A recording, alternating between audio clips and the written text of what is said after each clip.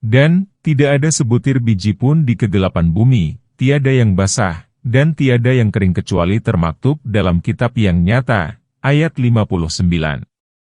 Allah Ta'ala berfirman sebagaimana telah kami jelaskan di muka mengenai berbagai alasan dan dalil yang menunjukkan kepada jalan hidayah dan petunjuk dan mencela perbantahan dan keingkaran, demikianlah kami menjelaskan ayat-ayat itu, yang dibutuhkan kejelasannya oleh orang-orang yang dikitabi, dan supaya jelas jalan-jalan orang-orang yang berdosa, yakni supaya jelas jalannya orang-orang yang berdosa yang menyalahi para rasul.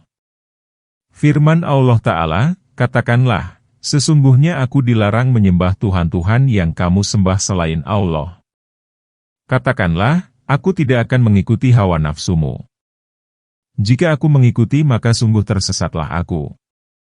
Dan jika demikian maka aku tidak termasuk orang-orang yang mendapat petunjuk. Firman Allah Ta'ala, katakanlah, sesungguhnya aku berada di atas penjelasan dari Tuhanku, yakni berada di atas alasan peraturan agama Allah Ta'ala yang diwahyukan kepadaku. Sedang kamu mendustakannya, mendustakan kebenaran yang kubawa dari Allah. Aku tidak memiliki perkara, yaitu azab, yang kamu minta ia disegerakan. Tiada lain hukum itu kecuali kepunyaan Allah, dalam hal menyegerakan azab yang kamu pinta, atau menangguhkannya selaras dengan hikmahnya. Oleh karena itu, Allah Ta'ala berfirman, Dia menerangkan kebenaran dan Dialah sebaik-baik pemberi keputusan, Dialah sebaik-baiknya zat yang memutuskan aneka ketetapan dan sebaik-baik zat yang memutuskan persoalan di antara hamba. Firman Allah Ta'ala, katakanlah, kalau sekiranya aku memiliki perkara yang kamu minta disegerakan itu, niscaya persoalan antara aku dan kamu ini diputuskan Allah. Yakni, jika persoalan itu berpulang kepadaku, niscaya aku akan menimpakan kepadamu apa yang berhak kamu terima. Allah lebih mengetahui orang-orang yang zalim. Jika ditanyakan, bagaimana mengkompromikan ayat ini dengan sabda Nabi yang ditegaskan dalam Syahihain yang diriwayatkan dari Aisyah bahwa dia bertanya kepada Rasulullah, "Wahai Rasulullah, apakah engkau mengalami suatu peristiwa yang lebih dahsyat daripada peristiwa Uhud?"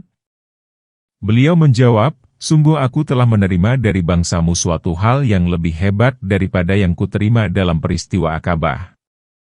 Suatu ketika saya menemui Ibnu Abdi Alil bin Abdu Kalal sendirian. Namun, dia tidak menanggapi dakwahku. Maka aku pun pergi dengan kesedihan yang hebat sehingga aku tidak sadarkan diri kecuali setelah tiba di Karnute Sa'alid. Kemudian, aku menengadahkan kepala dan ternyata ada awan yang menaungiku. Aku memperhatikan awan itu dan ternyata di sana ada Jibril. Dia berkata, "Sesungguhnya Allah telah mendengar ucapan kaummu yang dilontarkan kepadamu dan penolakan mereka terhadapmu. Dan Dia pun telah mengutus malaikat pengurus gunung kepadamu untuk menerima perintah apapun darimu."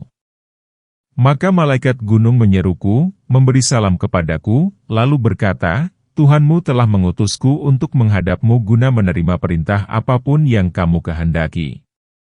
Jika kamu mau maka aku akan menimpakan 2 gunung atas mereka." Aku berkata, "Bukan demikian, namun aku berharap agar Allah mengeluarkan dari sulbi mereka keturunan yang beribadah kepada Allah dan tidak menyekutukannya dengan apapun."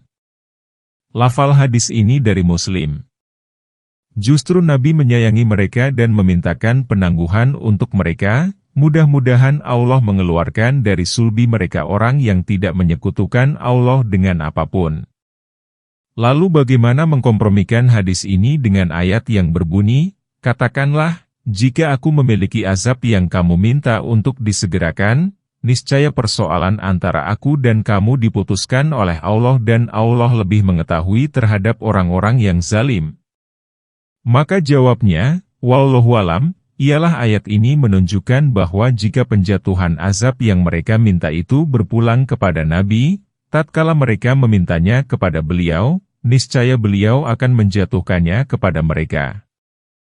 Sedangkan, hadis itu bukan berarti mereka meminta ditimpakan azab atas dirinya, namun merupakan tawaran malaikat gunung kepada Nabi, bahwa jika beliau berkehendak maka dia akan menimpakan 2 gunung atas mereka, yaitu dua gunung Mekah yang mengais Mekah dari sebelah selatan dan utara.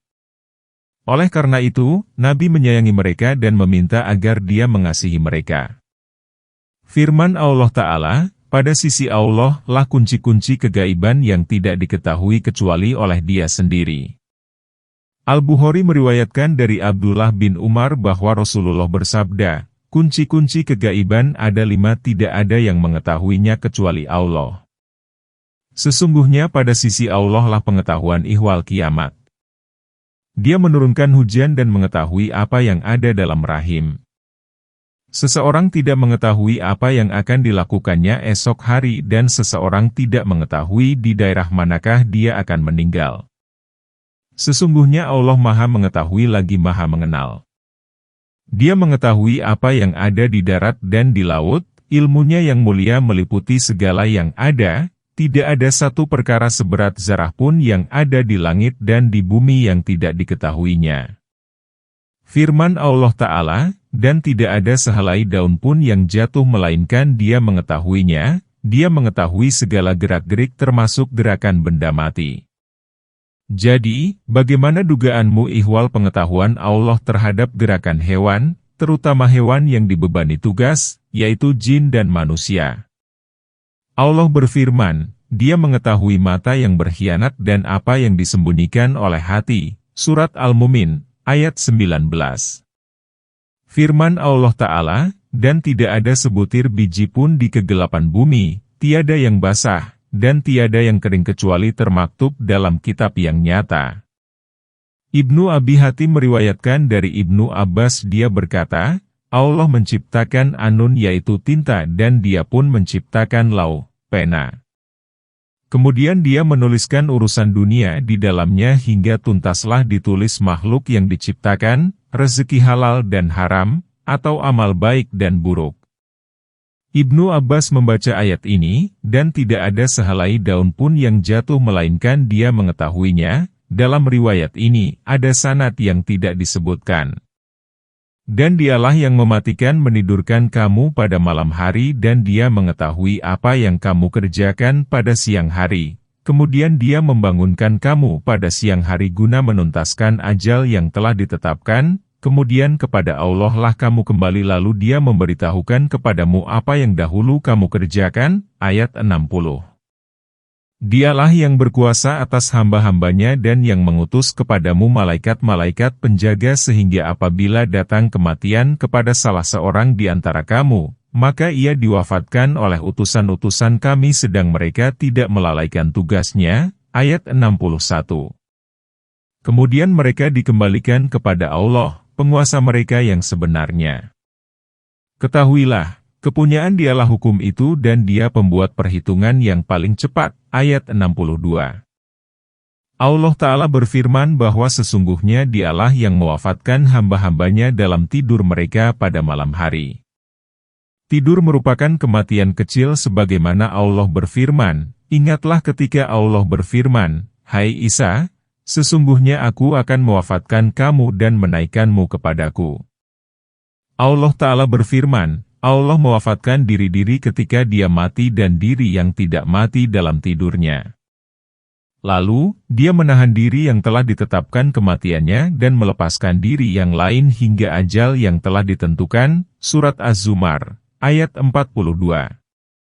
Dalam ayat ini Allah menuturkan dua kematian, mati kubra dan mati syugra. Demikian pula dalam ayat ini, Dia menyebutkan dua kematian itu pula. Maka Dia berfirman, dan Dialah yang mematikan kamu pada malam hari dan Dia mengetahui apa yang kamu kerjakan pada siang hari. Dia mengetahui aneka perbuatan yang kamu lakukan pada siang hari. Penggalan ini merupakan aposisi yang menunjukkan cakupan ilmu Allah Ta'ala atas makhluknya baik siang maupun malam hari, baik bergerak maupun diam. Penggalan ini seperti firman Allah Ta'ala, sama saja bagi Tuhan, siapa di antara kamu yang merahasiakan ucapannya dan siapa yang berterus terang dengan ucapannya itu, dan siapa yang bersembunyi pada malam hari dan siapa yang berjalan di siang hari. Surat Ar-Ra'd, ayat 10. Dan seperti firman Allah Ta'ala, dan kami menjadikan malam sebagai busana dan kami menjadikan siang sebagai penghidupan. Dari sana Allah Ta'ala berfirman di sini, dan Dialah yang mewafatkan kamu pada malam hari dan Dia mengetahui apa yang kamu lakukan pada siang hari. Firman Allah Ta'ala, kemudian Dia membangunkan kamu pada siang hari. Ibnu Mardawi meriwayatkan dengan sanadnya dari Ad-Dahak, dari Ibnu Abbas, dari Nabi, setiap manusia ditemani malaikat. Jika dia tidur maka malaikat itu mengambil nyawanya, kemudian mengembalikannya. Jika Allah mengizinkan pencabutan ruhnya maka dia mencabutnya. Jika tidak, maka malaikat mengembalikan ruhnya. Itulah maksud firman Allah Ta'ala, dan Dialah yang mematikan kamu pada malam hari.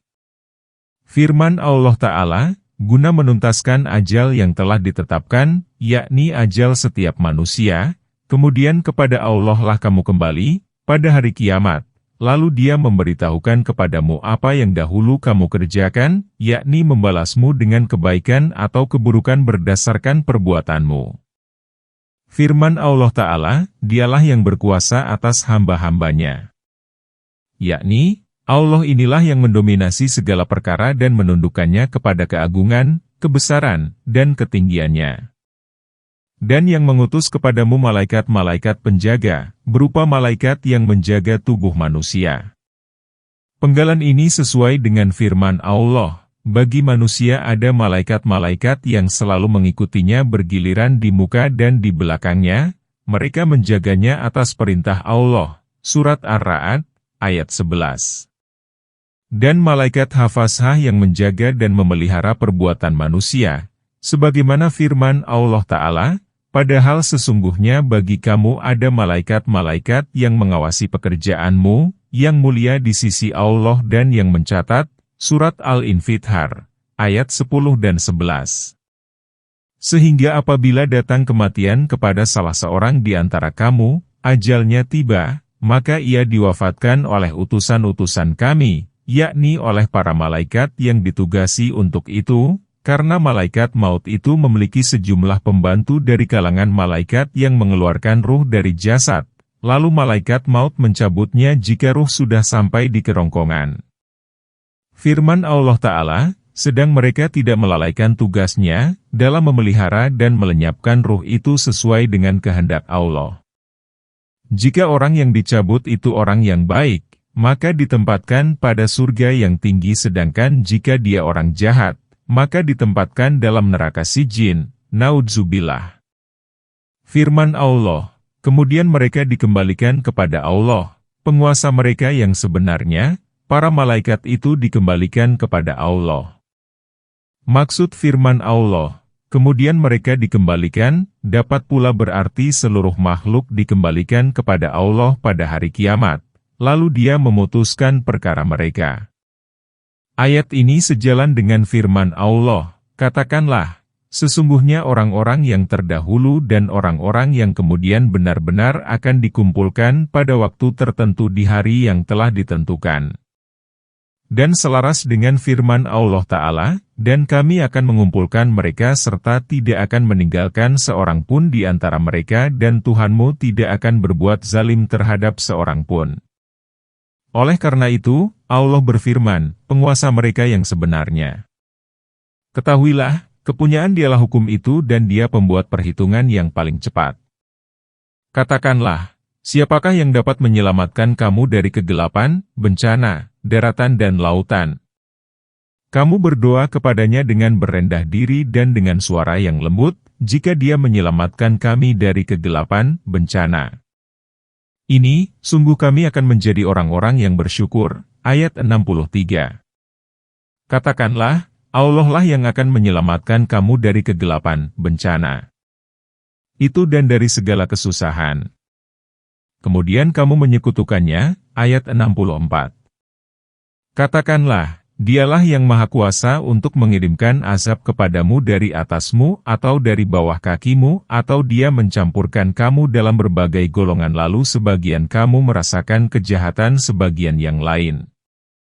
Perhatikanlah, bagaimana kami menjelaskan ayat-ayat itu agar mereka memahami, ayat 65. Allah Ta'ala berfirman sambil mengingatkan kepada hamba-hambanya bahwa Dia telah menyelamatkan mereka yang mendapat kesulitan dari kegelapan daratan dan lautan, yakni dari kebingungan yang terjadi wilayah daratan dan dari ombak samudra tatkala angin bertiup kencang. Pada saat itulah mereka menghususkan doa hanya kepada Allah yang Esa, tiada sekutu baginya. Firman ini sejalan dengan ayat, dan apabila kamu ditimpa bahaya di lautan, niscaya hilanglah siapa yang kamu seru selain Dia. Surat Al-Isra, ayat 67. Di sini Allah Ta'ala berfirman, katakanlah, siapakah yang dapat menyelamatkan kamu dari kegelapan daratan dan lautan? Kamu berdoa kepadanya dengan berendah diri dan dengan suara yang lembut, secara sembunyi-sembunyi dan terang-terangan. Jika Dia menyelamatkan kami dari kegelapan ini, sungguh kami akan menjadi orang-orang yang bersyukur setelah bencana itu. Allah Ta'ala berfirman, katakanlah, Allah lah yang akan menyelamatkan kamu dari kegelapan itu dan dari segala kesusahan. Kemudian kamu menyekutukannya. Setelah itu, pada saat kamu mendapat kesenangan, menyembah Tuhan lain bersama Allah. Firman Allah, katakanlah, Dialah yang Maha Kuasa untuk mengirimkan azab kepadamu, setelah Dia menyelamatkan kamu. Firman Allah Ta'ala, dari atasmu atau dari bawah kakimu atau Dia mencampurkan kamu dalam berbagai golongan lalu sebagian kamu merasakan kejahatan sebagian yang lain. Perhatikanlah, bagaimana kami menjelaskan ayat-ayat itu agar mereka memahami. Mujahid berkata, penggalan ini berlaku bagi umat Muhammad yaitu mereka dimaafkan. Ada sejumlah hadis mengenai hal itu dan kami akan menuturkan sebagiannya seraya memohon pertolongan dan bertawakal kepadanya. Sehubungan dengan firman Allah Ta'ala, Dialah yang Maha Kuasa, agar mereka memahami, Al-Bukhari meriwayatkan dari Jabir bin Abdillah, dia berkata, tatkala ayat katakanlah, Dialah yang Maha Kuasa untuk mengirimkan azab kepadamu dari atasmu, ini diturunkan maka Rasulullah bersabda, aku berlindung dengan zatmu. Ketika turun, atau dari bawah kakimu, maka Nabi bersabda, aku berlindung dengan zatmu. Ketika turun, atau Dia mencampurkan kamu dalam berbagai golongan lalu sebagian kamu merasakan kejahatan sebagian yang lain, maka Rasulullah bersabda, ini lebih ringan atau lebih mudah. Hadis An-Nasai.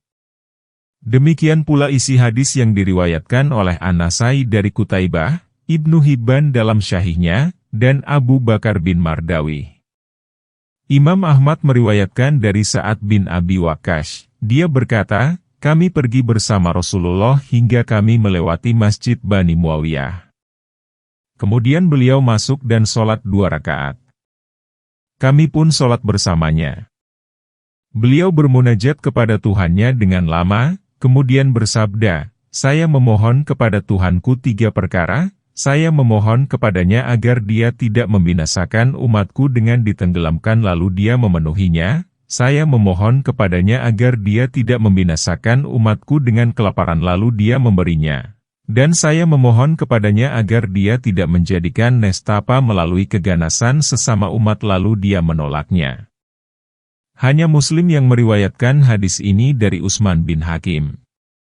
Ibnu Mardawi meriwayatkan bahwa Ibnu Abbas berkata, tatkala ayat, katakanlah, Dialah yang Maha Kuasa untuk mengirimkan azab kepadamu dari atasmu atau dari bawah kakimu atau Dia mencampurkan kamu dalam berbagai golongan lalu sebagian kamu merasakan kejahatan sebagian yang lain. Ini diturunkan maka Nabi bangkit kemudian berwudu, lalu bersabda, ya Allah, janganlah kamu mengirimkan azab kepada umatku dari atas mereka, jangan pula dari bawah kaki mereka, dan janganlah engkau mencampurkan umatku dalam berbagai golongan lalu sebagian mereka merasakan keganasan kepada yang lain. Maka Jibril datang menemuinya dan berkata, hai Muhammad, sesungguhnya Allah telah melindungi umatmu dari pengiriman azab dari atas mereka atau dari bawah kakinya. Ibnu Mardawi meriwayatkan dari Ibnu Abbas, Rasulullah bersabda, aku memohon kepada Tuhanku yang Maha Tinggi lagi Maha Agung agar Dia menghilangkan dari umatku 4 perkara. Dia mengabulkan 2 perkara dan menolak 2 perkara. Saya memohon kepada Tuhanku agar Dia tidak menghujani umatku dengan batu, tidak menenggelamkan mereka ke dalam tanah, tidak memecah belah mereka dalam berbagai kelompok, dan tidak menjadikan kelompok yang satu membinasakan kelompok yang lain. Maka Allah menghilangkan penyiksaan dengan hujan batu dan penenggelaman, namun Allah menolak untuk menghilangkan bencana saling membunuh dan kekacauan. Sufyan Ats-Tsauri meriwayatkan dengan sanadnya dari Ubay bin Ka'ab, dia mengatakan bahwa ada 4 perkara yang bertalian dengan umat ini, 2 perkara telah berlalu dan 2 lagi masih tersisa, yaitu, katakanlah, Dialah yang Maha Kuasa untuk mengirimkan azab kepadamu dari atasmu, yaitu hujan batu, atau dari bawah kakimu, yaitu menenggelamkan ke dalam tanah.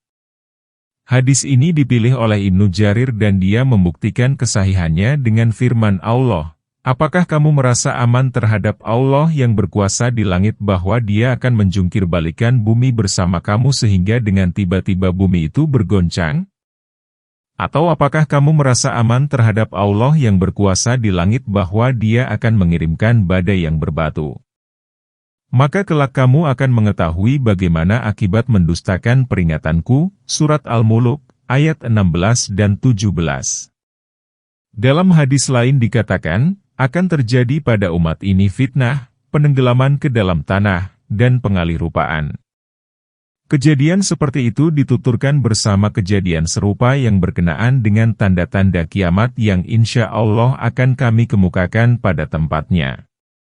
Firman Allah, atau Dia mengelirukan kamu dalam berbagai kelompok, maksudnya Allah menjadikan kamu dalam berbagai kelompok dan golongan yang saling berselisih. Dalam sebuah hadis yang diriwayatkan bahwa Nabi bersabda, umat ini akan bercerai-berai menjadi 73 kelompok. Semuanya masuk neraka kecuali 1. Firman Allah Ta'ala, sebagian kamu merasakan bencana kepada sebagian yang lain. Ibnu Abbas dan ulama lainnya menafsirkan, Allah menjadikan sebagian kamu sebagai penyiksa dan pembunuh sebagian yang lain. Firman Allah Ta'ala, perhatikanlah, bagaimana kami menjelaskan ayat-ayat itu, menerangkan dan pada suatu waktu Dia menjelaskannya dan lain waktu Dia menerangkannya. Agar mereka memahami dan merenungkan ihwal Allah, ayat-ayat, alasan-alasan, dan dalil-dalilnya. Dan kaummu mendustakannya padahal azab itu benar. Katakanlah, aku bukanlah orang yang diserahi urusanmu, ayat 66. Setiap berita memiliki kejadiannya dan kelak kamu akan mengetahui, ayat 67. Dan, apabila kamu melihat orang-orang yang membicarakan ayat-ayat kami, maka berpalinglah kamu dari mereka hingga mereka membicarakan pembicaraan lain. Dan, jika setan menjadikan kamu lupa maka janganlah kamu duduk bersama orang-orang yang zalim itu sesudah teringat, ayat 68. Dan, tidak ada pertanggungjawaban sedikit pun atas orang-orang yang bertakwa terhadap dosa mereka, namun tugasnya ialah memberi peringatan agar bertakwa, ayat 69. Firman Allah Ta'ala, dan kaummu, yaitu kaum Quraisy, mendustakannya, yakni Al-Quran, padahal ia benar, dan selainnya adalah sesat. Katakanlah, aku bukanlah orang yang diserahi urusanmu, bukan pemeliharamu. Namun, tugasku ialah menyampaikan risalah dan kewajibanmu ialah menyimak dan menaatinya. Barang siapa yang mengikuti aku maka dia bahagia dan barang siapa yang menyalahi aku maka dia celaka. Oleh karena itu Allah berfirman, setiap berita memiliki kejadiannya, setiap berita itu memiliki kejadiannya walaupun setelah beberapa waktu. Penggalan ini sejalan dengan firman Allah, setiap ajal memiliki ketetapan. Penggalan ini merupakan ancaman yang tegas. Oleh karenanya setelah itu Allah berfirman, dan kelak kamu akan mengetahui. Firman Allah Ta'ala, dan apabila kamu melihat orang-orang yang membicarakan ayat-ayat kami, dengan mendustakan dan mengolok-olokkan, maka berpalinglah kamu dari mereka hingga mereka membicarakan pembicaraan lain. Yakni, hingga mereka mengambil topik pembicaraan yang lain yang bukan topik pembicaraan yang mendustakan. Dan jika setan menjadikan kamu lupa, yang dimaksud oleh ayat ini ialah setiap individu muslim bahwa dia tidak boleh bergaul dengan orang-orang yang mendustakan dan mengubah ayat-ayat Allah serta menafsirkannya bukan menurut yang seharusnya. Jika salah seorang muslim bergaul dengan mereka karena lupa, maka janganlah kamu duduk bersama orang-orang yang zalim itu sesudah teringat. Oleh karena itu, dalam sebuah hadis dikatakan, umatku tidak dikenai sanksi jika salah, tidak disengaja, lupa, dan dipaksa oleh orang lain. Ayat ini ialah yang diisyaratkan dalam firman Allah Ta'ala, dan sungguh Allah telah menurunkan kepada kamu di dalam Al-Quran bahwa apabila kamu mendengar ayat-ayat Allah diingkari dan diolok-olokkan, maka janganlah kamu duduk bersama mereka sehingga mereka memasuki pembicaraan yang lain. Karena sesungguhnya kalau kamu berbuat demikian, niscaya kamu serupa dengan mereka. Surat An-Nisa, ayat 140. Yakni, jika kamu bergaul dengan mereka maka seolah-olah kamu telah mengakui mereka sehingga kamu pun sama dengan mereka sebagai orang yang memperolok-olokkan ayat Allah. Firman Allah, dan tidak ada pertanggungjawaban sedikit pun atas orang-orang yang bertakwa terhadap dosa mereka. Jika kaum muslimin membebaskan diri dari kaum Quraisy dan tidak bergaul dengan mereka maka tiada dosa bagi mereka sehubungan dengan apa yang mereka bicarakan. Firman Allah Ta'ala, namun tugasnya ialah memberi peringatan agar bertakwa. Yakni, tugas orang yang bertakwa ialah memperingatkan orang-orang yang memperolok-olokkan Al-Quran agar tatkala mereka melihat kaum muslimin menjauhi mereka, maka mereka tidak meneruskan ejekan dan olok-olok terhadap Al-Quran. Dan, tinggalkanlah orang-orang yang menjadikan agamanya sebagai mainan dan senda gurau dan mereka telah ditipu oleh kehidupan dunia. Dan, peringatkanlah dengannya agar suatu diri tidak dijerumuskan kepada kebinasaan karena ulahnya. Dia tidak memiliki penolong dan pemberi syafaat selain Allah. Dan, jika dia menebus dengan segala macam tebusan, niscaya tidak akan diterima. Mereka itulah orang-orang yang dijerumuskan ke dalam kebinasaan lantaran apa yang telah mereka upayakan. Bagi mereka minuman yang mendidih dan azab yang pedih lantaran apa yang dahulu mereka ingkari. Ayat 70. Allah Ta'ala berfirman, dan tinggalkanlah orang-orang yang menjadikan agamanya sebagai mainan dan senda gurau dan mereka telah ditipu oleh kehidupan dunia. Yakni, berpalinglah dari mereka dan tunggulah sejenak karena sesungguhnya mereka akan berpulang ke dalam azab yang besar. Oleh karena itu, Allah Ta'ala berfirman, dan peringatkanlah dengannya, peringatkan manusia dengan Al-Quran dan takut-takuti dengan azab Allah pada hari kiamat. Firman Allah Ta'ala, agar suatu diri tidak dijerumuskan kepada kebinasaan karena ulahnya. Yakni, pemilik diri menyerahkan dirinya ke dalam kebinasaan dan kekosongan dari kebaikan dan dari tercapainya tujuan.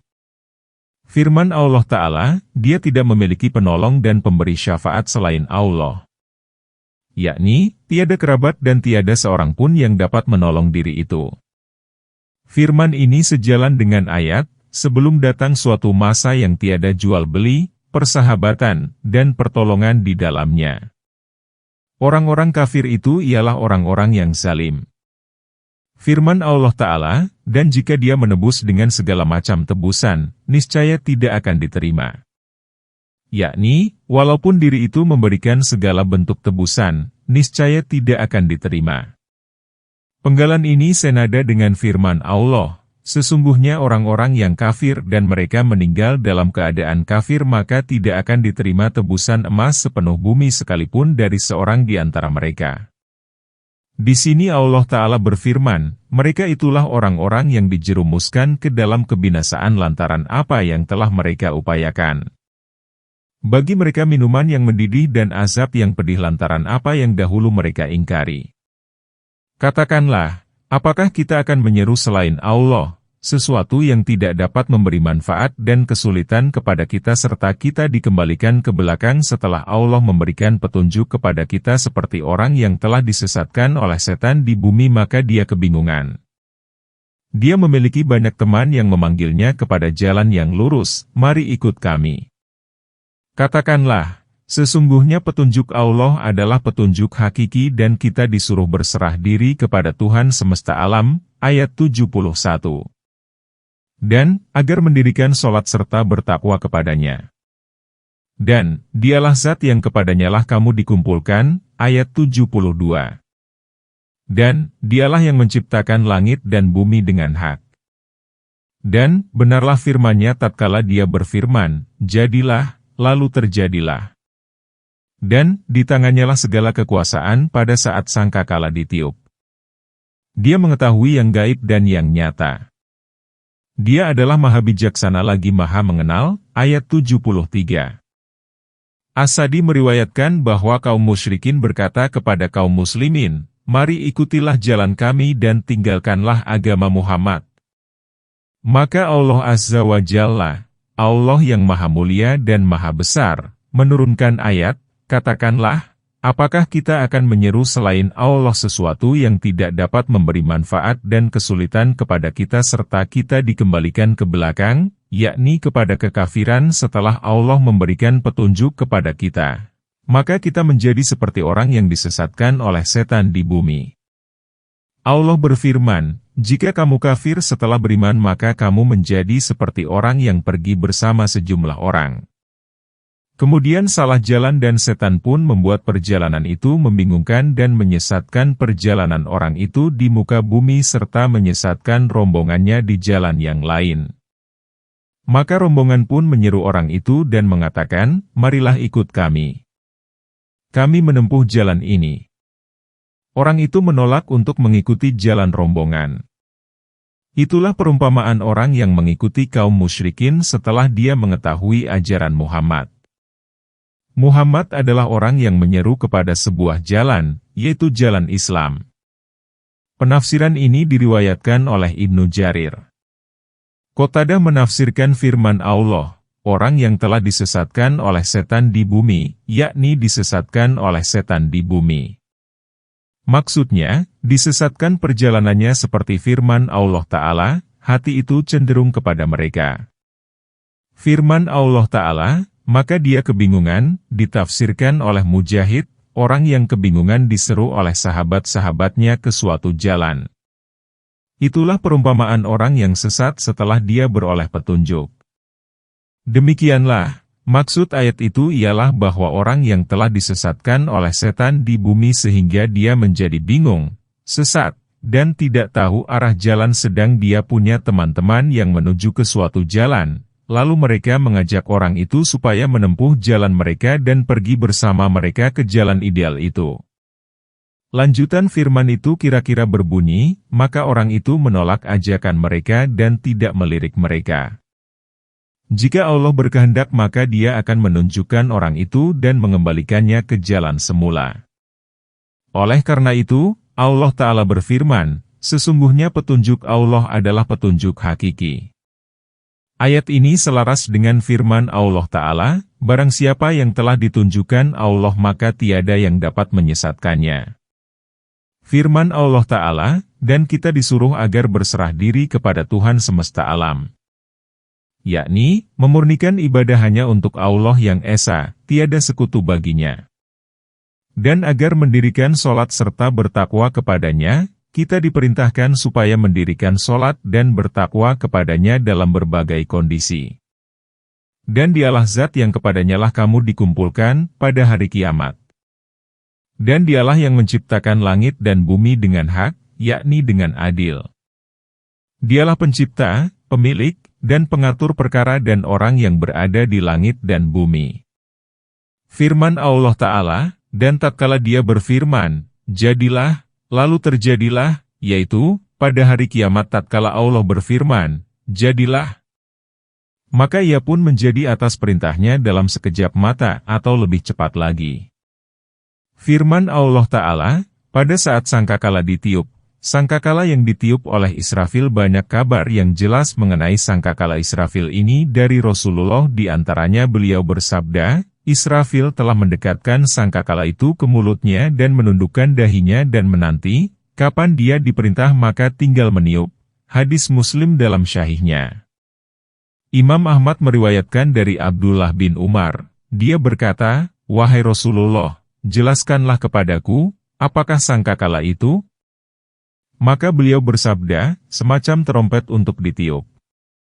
Dan ingatlah ketika Ibrahim berkata kepada bapaknya, "Azar, mengapa engkau mengambil berhala-berhala itu sebagai Tuhan? Sesungguhnya aku melihat kamu dan kaummu berada dalam kesesatan yang nyata." Ayat 74. Demikianlah, kami memperlihatkan kepada Ibrahim kerajaan langit dan bumi agar dia termasuk orang-orang yang yakin. Ayat 75. Tatkala malam menutupinya maka dia melihat bintang langit. Ibrahim bergumam, "Inilah Tuhanku." Tatkala bintang sirna maka dia berkata, "Aku tidak suka perkara-perkara yang sirna." Ayat 76. Dan tatkala bulan muncul maka dia berkata, "Inilah Tuhanku." Setelah bulan itu tenggelam maka dia berkata, "Jika Tuhanku tidak memberiku hidayah niscaya aku termasuk orang-orang yang sesat." Ayat 77. Dan tatkala dia melihat matahari terbit, maka dia berkata, "Inilah Tuhanku. Yang ini lebih besar." Setelah matahari itu terbenam maka dia berkata, "Wahai kaumku, sesungguhnya aku berlepas diri dari apa yang kalian sekutukan." Ayat 78. Sesungguhnya aku menghadapkan wajahku kepada Zat yang telah menciptakan langit dan bumi dengan lurus dan aku tidak termasuk orang-orang yang syirik. Ayat 79. Para ulama berikhtilaf, berbeda pendapat, ihwal nama ayah Ibrahim, apakah dia bernama Azar atau Tarikh seperti dikemukakan oleh para ahli ilmu nasab. Ibnu Jarir berkata bahwa nama ayah Ibrahim yang benar ialah Azar. Kemudian, Ibnu Jarir mengkompromikan kedua pendapat itu bahwa ayah Ibrahim memiliki dua nama seperti halnya yang terjadi pada kebanyakan manusia. Atau salah satu nama itu sebagai nama panggilan. Pendapat yang dikemukakan oleh Ibnu Jarir ini bagus dan kuat. Wallahu alam. Maksud ayat itu ialah bahwa Ibrahim menasihati bapaknya yang menyembah berhala dan melarangnya berbuat demikian. Namun, sang ayah tidak menggubrisnya.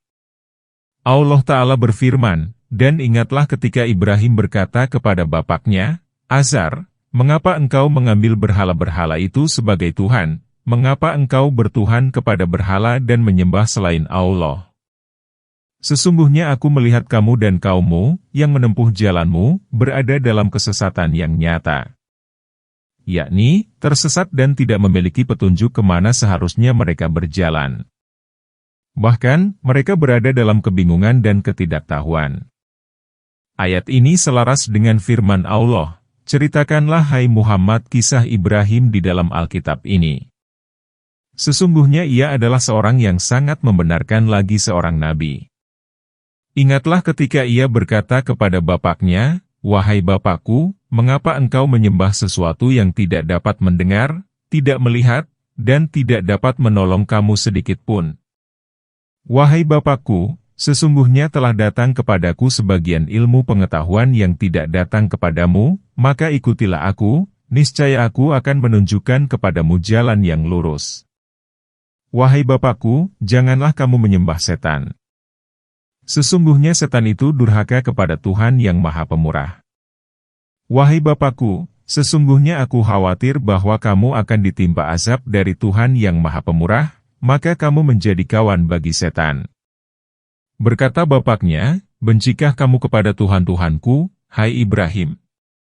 Jika kamu tidak berhenti maka niscaya kamu akan kurajam. Dan tinggalkanlah aku untuk waktu yang lama.' Berkata Ibrahim, 'Semoga keselamatan dilimpahkan kepadamu, aku akan memintakan ampun bagimu kepada Tuhanku. Sesungguhnya dia sangat baik kepadaku. Dan aku akan menjauhkan diri darimu dan dari yang kamu seru selain Allah, dan aku akan berdoa kepada Tuhanku, mudah-mudahan aku tidak akan kecewa dengan berdoa kepada Tuhanku.'" Surat Maryam, ayat 41-48. Maka, Ibrahim memintakan ampun untuk ayahnya selama hidupnya. Setelah ayahnya mati dalam keadaan musyrik dan hal itu jelas bagi Ibrahim maka dia menghentikan istighfarnya dan berlepas diri dari ayahnya. Hal ini sebagaimana difirmankan Allah, dan permintaan ampun dari Ibrahim kepada Allah untuk bapaknya, tidak lain hanyalah karena suatu janji yang telah diikrarkannya kepada bapaknya itu. Maka tatkala jelas bagi Ibrahim bahwa bapaknya itu adalah musuh Allah, maka Ibrahim berlepas diri darinya. Sesungguhnya Ibrahim adalah seorang yang sangat lembut hatinya lagi penyantun. Surat At-Taubah, ayat 114.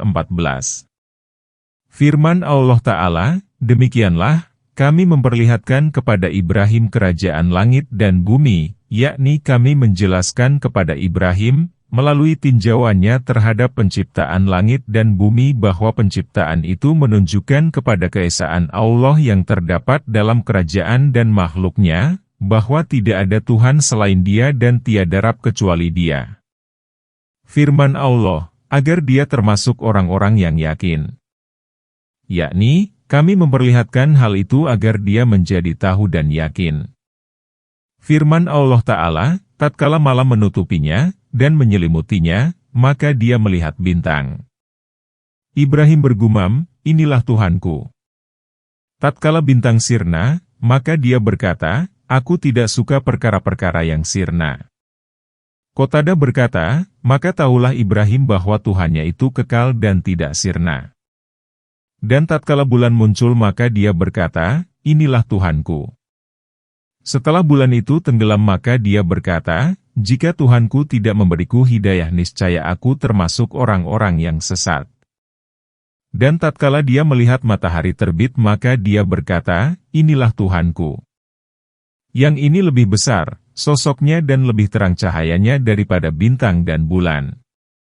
Setelah matahari itu terbenam, maka dia berkata, wahai kaumku, sesungguhnya aku berlepas diri dari apa yang kalian sekutukan. Sesungguhnya aku menghadapkan wajahku kepada Zat yang telah menciptakan langit dan bumi dengan lurus dan aku tidak termasuk orang-orang yang syirik. Yakni, aku memurnikan agamaku dan menghususkan ibadahku bagi Zat yang telah menciptakan langit dan bumi, tanpa didahului oleh sebuah model.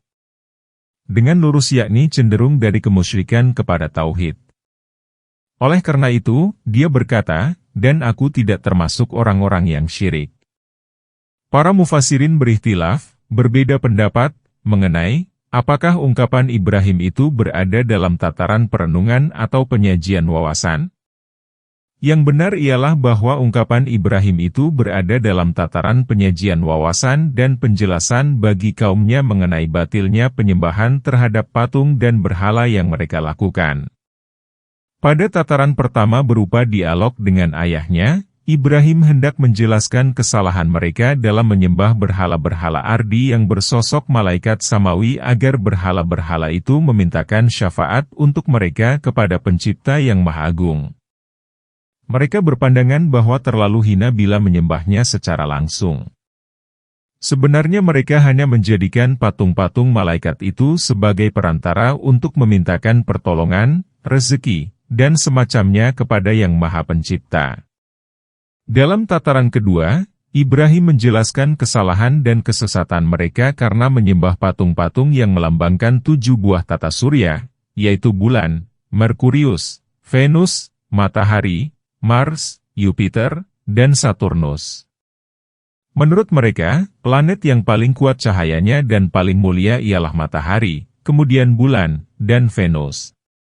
Mula-mula Ibrahim menjelaskan bahwa planet Venus tak layak mendapat predikat Tuhan sebab planet itu ditaklukkan dan ditetapkan dalam peredaran tertentu, tidak menyimpang ke kiri maupun ke kanan, dan tidak memiliki kehendak untuk mengatur dirinya sendiri. Namun, Venus merupakan salah satu benda yang diciptakan bercahaya karena ia memiliki hikmah yang besar. Demikian pula halnya dengan matahari dan bulan dijelaskan oleh Ibrahim satu demi satu. Setelah Ibrahim meniadakan unsur ketuhanan dari ketiga planet yang bercahaya menurut pandangan mata dan membuktikan kebatilannya dengan argumentasi yang qat'i, artinya sesuatu yang menunjukkan kepada makna tertentu yang harus dipahami dari teks, ayat atau hadis, maka dia berkata, wahai kaumku, sesungguhnya aku berlepas diri dari apa yang kalian sekutukan. yakni, aku berlepas diri dari penyembahan terhadap planet itu dan dari menjadikannya sebagai penolong. Jika planet itu merupakan Tuhan, maka gunakanlah semua planet itu untuk menyulitkan aku dan kamu tidak perlu memberi tangguh kepadaku. Sesungguhnya aku menghadapkan wajahku kepada Zat yang telah menciptakan langit dan bumi dengan lurus dan aku tidak termasuk orang-orang yang syirik. Yakni, sesungguhnya aku hanyalah menyembah pencipta, pembuat, pengatur, penakluk, dan penetap benda-benda planet itu, menyembah Zat yang di tangannya lah kerajaan segala perkara dan dialah sebagai pencipta, pemelihara, pemilik, dan Tuhan perkara itu. Hal ini sejalan dengan firman Allah Ta'ala, sesungguhnya Tuhan kamu ialah Allah yang telah menciptakan langit dan bumi dalam 6 masa, lalu dia bersemayam di atas arsy. Dia menutupkan malam kepada siang yang mengikutinya dengan cepat, dan diciptakannya pula matahari, bulan, dan bintang-bintang, masing-masing, tunduk kepada perintahnya. Ingatlah, menciptakan dan memerintah hanyalah hak Allah. Maha suci Allah, Tuhan semesta alam, Surat Al-A'raf, ayat 54. Jadi, tidaklah mungkin ungkapan Ibrahim ini berada dalam tataran perenungan, pencarian Tuhan, sebab Allah berfirman berkenaan dengan dia, dan sesungguhnya telah kami anugerahkan kepada Ibrahim hidayah kebenaran sebelum Musa dan Harun, dan adalah kami mengetahui keadaannya. Ingatlah ketika Ibrahim berkata kepada bapaknya dan kaumnya, patung-patung apakah ini yang kamu beribadat kepadanya dengan tekun? Surat Al-Anbiya, ayat 51 dan 52. Dan Allah Ta'ala berfirman, sesungguhnya Ibrahim adalah seorang imam yang dapat jadikan teladan lagi patuh kepada Allah dan lurus. Dan, sekali-kali bukanlah dia termasuk orang-orang yang syirik tapi ia termasuk yang mensyukuri nikmat-nikmat Allah. Allah telah memilihnya dan menunjukkannya jalan yang lurus. Dan kami berikan kepadanya kebaikan di dunia. Dan sesungguhnya di akhirat benar-benar termasuk orang-orang yang saleh. Kemudian kami wahyukan kepadamu, Muhammad, ikutilah agama Ibrahim seorang yang hanif. Dan bukanlah dia termasuk orang-orang yang syirik. Surat An-Nahl, ayat 120 dan 123. Ditegaskan dalam Syahihain dari Abu Hurairah dari Rasulullah bahwasanya beliau bersabda, setiap bayi dilahirkan dalam keadaan fitrah, suci. Dalam Sahih Muslim diriwayatkan dari Iyad bin Hamad, bahwa Rasulullah bersabda, Allah Ta'ala berfirman, aku menciptakan hamba-hambaku dalam keadaan hanif, lurus. Jika kehanifan dan kefitrahan ini berlaku bagi makhluk lain maka bagaimana mungkin seorang Ibrahim yang dijadikan Allah sebagai imam, taat kepada Allah, hanif, lurus, dan bukan orang yang syirik masih berada dalam tataran perenungan dan pencarian ihwal Tuhan. Justru dialah manusia yang terlebih dahulu beroleh fitrah yang baik dan karakter yang lurus setelah Rasulullah.